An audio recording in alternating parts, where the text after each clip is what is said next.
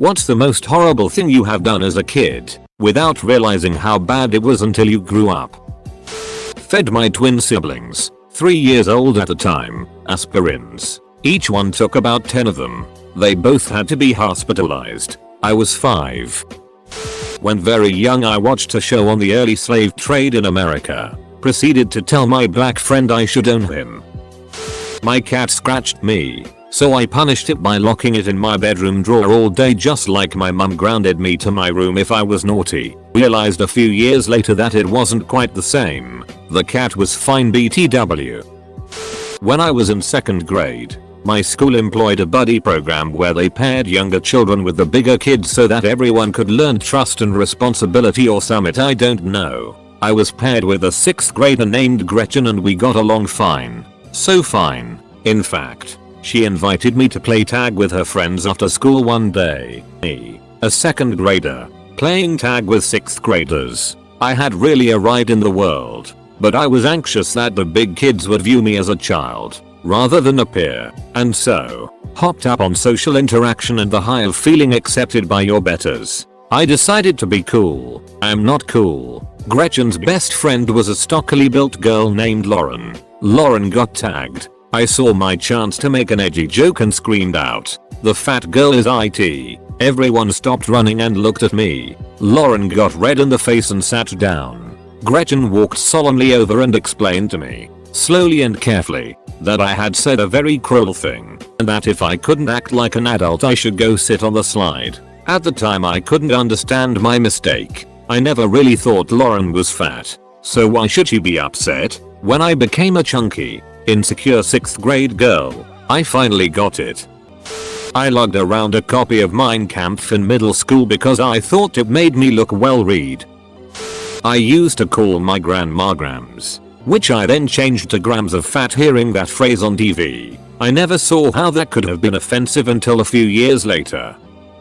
When I was really little, like 3 or so, I knew 2 things were bad, being naked and flipping the bird. After every bath before my parents could dry me off I would run full speed through the house naked with both middle fingers flying. I'm such a square now.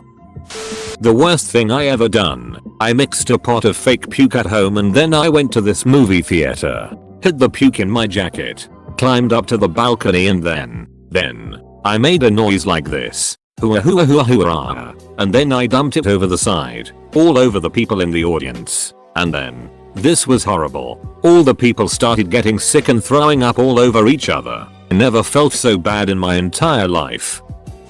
When I was in elementary school a kid in my class started hitting me with his jacket, so I took it away from him, threw it on the ground and said, "Stop hitting me, you freak." I was then sent to the principal's office where I was suspended for 3 days. When I got back I beat the shit out of this kid and got suspended again.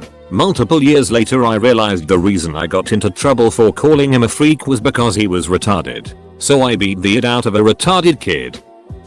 When in 7th grade, I passed by my high school and saw a letter in the mailbox. I see that it's addressed to my geography teacher and it looks personal because his name is handwritten. Stupid me took it home, read it and then threw it away. It seemed to be from a long lost love that wanted to rekindle whatever had happened in their past. So for no good reason there's a chance that I changed this man's life, robbing him of a potential lover. 12 years later, I still kick myself about it.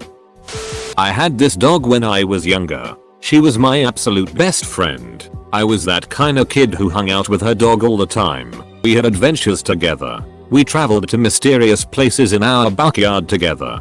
We even spooned and slept on the living room floor. So when I was around 5 to 7 years old I took this bonding thing a little too far. And not like that before anyone supposes something. We kept her as an indoor-outdoor dog. She would use newspaper to go to the bathroom when she was inside. I began to want to bond with her so much I would eat and piss on the newspaper with her. I loved her and wanted to see the world through her eyes. So after months of this my grandmother one day asks me about it. She was living with us at the time and asked me essentially if I was eating and pissing alongside our dog. I lied and said no. However, I then in that moment realized my grandmother was the one responsible for picking up said newspapers. Only now do I realize I allowed my grandmother to pick up my dogs and my number 1s and number 2s for months upon months. Played I'll show you mine if you show me yours pretty much daily in preschool and kindergarten. I took an egg from the bird's nest, so I thought like I'll grow it up and we will be the best friends ever. The egg cracked in my pocket. I was 6. Once when I was 7, my family went for dinner at another family's house. At dinner, I was told to sit next to a child who was in a wheelchair, and I asked why I had to have the broken one whilst my other siblings all got to sit next to kids who were perfectly healthy. My 7-year-old self did not quite understand exactly how terrible the comment was. Luckily, I think the host family just explained what was wrong with their child in a way that I could understand. I think in the end we became quite good friends for about 4 hours until we had to leave.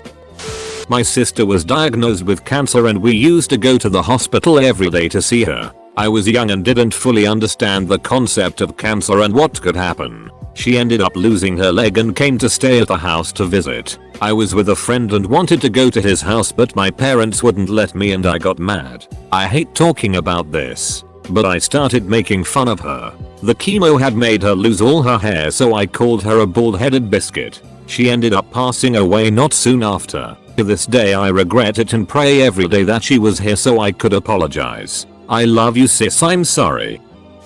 There was an elderly man at church named Rudy. I was just a 5-year-old when I knew him, and I was very shy as a little girl. Rudy always wanted to give me a hug when he saw me, but in general I never allowed that from anyone but my mom or my dad. At first I tried dodging him, then I'd run through his arms. Every single time when he tried to hug me, all I wanted to do was escape the clutches of a person I didn't know well enough to hug.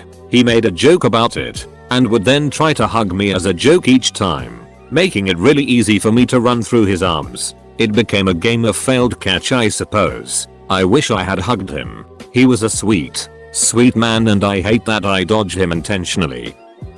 When I was 8, I played with the neighbors who were 16 and 17. The older boy antagonized me during our Super Soaker fight to the point where rocks were being thrown. I don't remember what drove me to throw handfuls of rocks aimlessly, but the neighbor stood there tossing one at a time accurately. Eventually he hit me straight in the dome and I ran home crying. This part is blurry. I walk into the bathroom crying, plotting my revenge. Unzip my pants and fill up my Super Soaker with all the fury I had in my tiny unit. I walk outside with a mix of rage and confidence, thinking I'm going to blast this itch and get him back for what he's done to me. Meanwhile he is getting scolded by his parents, and at an attempt of good faith, he sees me with my water gun and walks outside with his mouth gaping open to accept my revenge. I piss in his mouth via Super Soaker, the priceless look of realization, and the words I'll never forget. P. He shot me with P. I ran home and hid. I used to play throw everything at the cars without being caught with my friends. I was quite of an asshole and I regret a lot of things I have done during my childhood.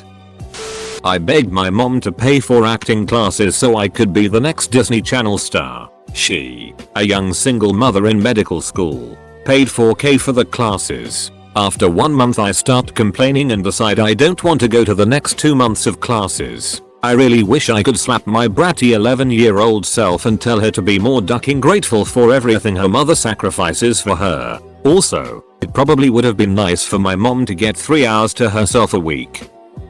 When I was about 8, I saw my friend's dad kissing my other friend's mom. My friend's dad was married. I asked my friend why her dad was always at my other friend's house. She asked her mom the same question.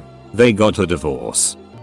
When I was in 5th or 6th grade I had a dirty dream about a girl in class I had a crush on. Long story short, I told a friend of mine who then proceeded to tell the whole class. It was embarrassing as it. Another kid in class, a bit of an outcast, tried to comfort me by telling me that he had sex with his stepbrother, who I think was a teenager at that point. I took that information and told it to the class in the hopes that it diverted attention from me. I knew it was bad pretty shortly after that and have felt horrible ever since.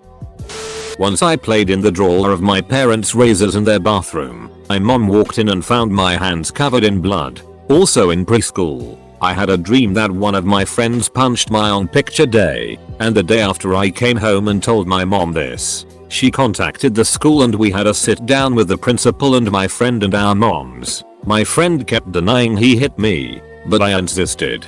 During this meeting I realized it was a dream, but I never said anything. I called one of my white female classmates the N-word without knowing what it meant. Smashed 20 grand worth of my grandmother's jewelry with a hammer after hearing on TV that diamonds were the hardest thing on earth. I always was one for experimentation. When I was 10 I started having sex with my 8-year-old cousin. It continued for about 4 years until she finally fessed up to her mother. Our parents put an immediate stop to it. They're still very tight family and interact with each other regularly. From time to time my mom will suggest I come along for family dinners or to spend time with my cousin. I always refuse and wonder if he understands what she's suggesting. Sometimes I used to go along and I'd still talk to my cousin, but it was super awkward. Now, I don't go along at all. It's not right. Now I realize what kind of emotional damage that kind of sibling abuse causes. I live with the fact that I inflicted a lifetime of suffering. I wish there was something I could do to make it right. Fruit Nation. In middle school, my friends and I would save all of our fruit until it was time to leave lunch. Then, as the stampede rushed past, we would drop all of our fruit on the ground where it would be smashed and smeared everywhere. This went on for months. We were never caught. Those poor janitors. I put a nail in the middle of the road because I thought cars should be on one side or the other. I sat there and watched it for an hour. Some guy in a company truck popped his tire on it and then I went inside. I used to take rides from strangers all the time. I had a few close calls and I am as amazed as anyone that I am still alive. When I was in either kindergarten or first grade I touched a kid's D on the bus in exchange for his Spider-Man gummies. I was hungry and those were some damn good gummies. Rather tame, but I named my snake Herpes. I was thinking herpetology. Snakes? Herpes. Of course my parents let me keep the name and I took him around while being very proud of myself. And then this came up the first time I brought someone home for a date.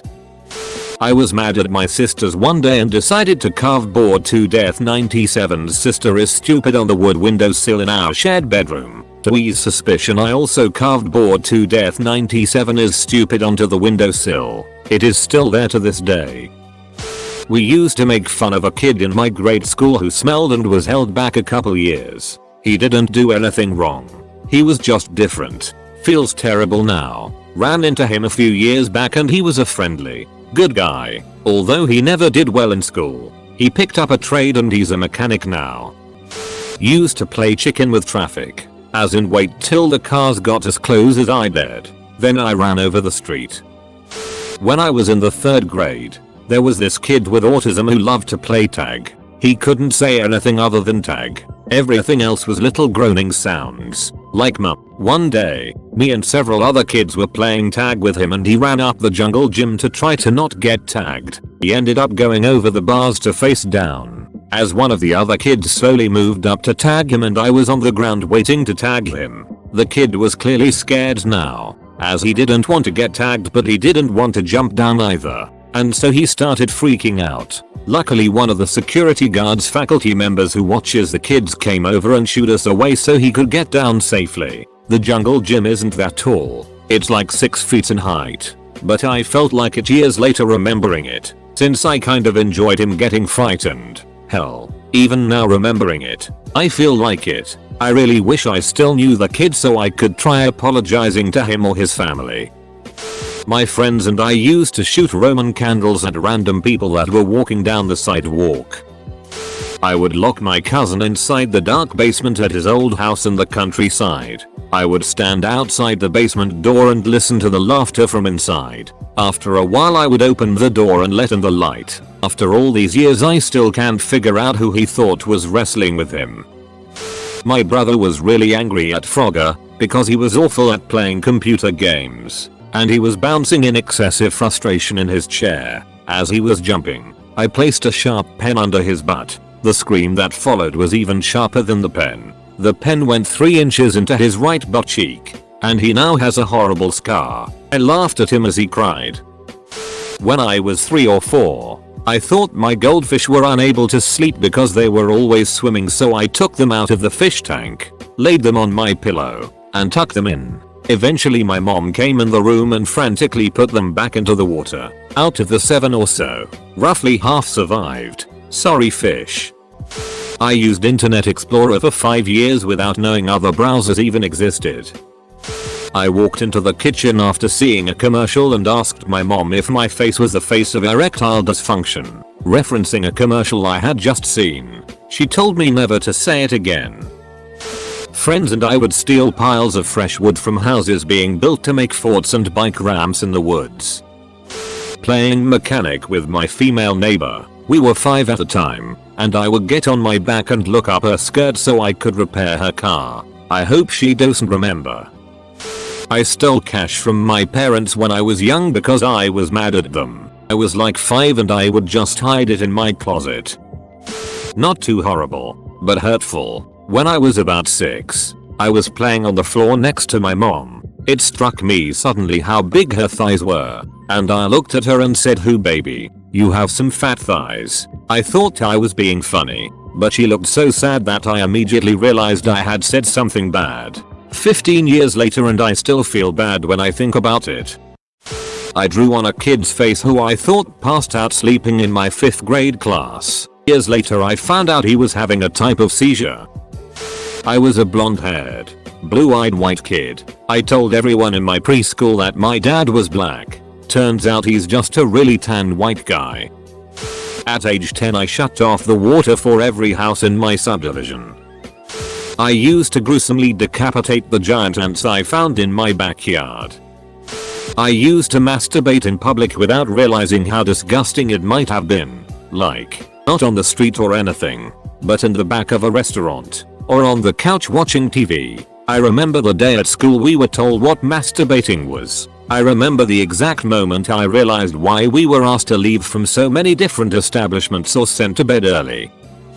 I used to chew on trees like a beaver. It's probably why my teeth are so ducked up now.